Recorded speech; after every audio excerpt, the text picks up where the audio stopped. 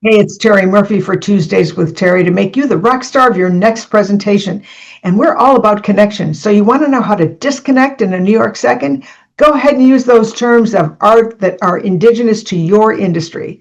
I'm speaking specifically for something that happened this weekend when we did a focus group, which is basically a fake jury of 21 people, different generations, different denominations, different everything, different walks of life, different backgrounds, to help present a case about a baby that was born with medical issues.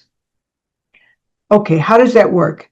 What happened was the attorney started presenting, and one of the attorneys kept using legal terms like NICU and ischemic. And we're like, well, these people, I could watch them go into whatever, trying to figure out what they were saying. No matter what presentation you're doing, whether it's legal or sales, using terms of art disconnect people. Well, so as an example, if you were in real estate and you kept saying PITI, which is principal, interest, taxes, and insurance, to someone who'd never bought a property, they wouldn't know what you were talking about.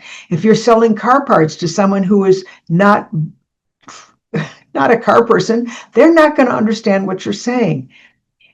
We connect with communication so that people understand what we're trying to convey. And using terms of art do two things.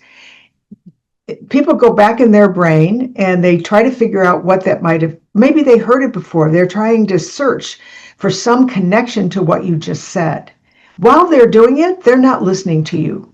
They're not observing you. They're not hearing the rest of the story.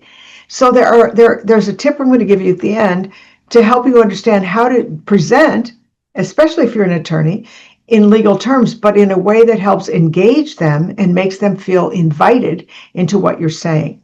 Otherwise, it's very condescending. They get confused. It's cognitive overload. There's misunderstanding, especially if they don't understand what you're saying. It impacts the case because it alienates people because they don't understand exactly what you're trying to convey. Come on, we say the word Greyhound, you either go bus, dog, or cocktail. So you can imagine with something as complicated as legal or any professional presentation, you're going to mess it up. So here, you have a choice. You want to lose people, lose cases, lose sales? Go ahead. Use your terms of art. But here's a way to do it. And this comes from Metasystems Consulting. This is Eric Oliver, one of the leading trial consultants on the planet that I get to work with. Says use sandwich. Make a sandwich. Use the real word, the technical word, and then the real word again. Because what happens is, if they can't hear you, we want them to connect. So instead of maybe saying something like blood work or oxygen deprived, instead of using the legal term, tell them what it is, then use the legal term, then tell them what it is again. Make them feel invited to your expertise.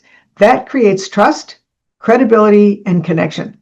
I'm Terri Murphy. If you're looking for a great ebook on 10 tips to make you the rock star of your next presentation, just email me at terri@terrimurphy.com. If you'd like more information about Metasystems Consulting and how we help connect people in the legal industry to persuade and help people create the connection they need to get better results from their focus groups or their jury presentations, just email us at terri@terrimurphy.com. We'll be happy to help you out.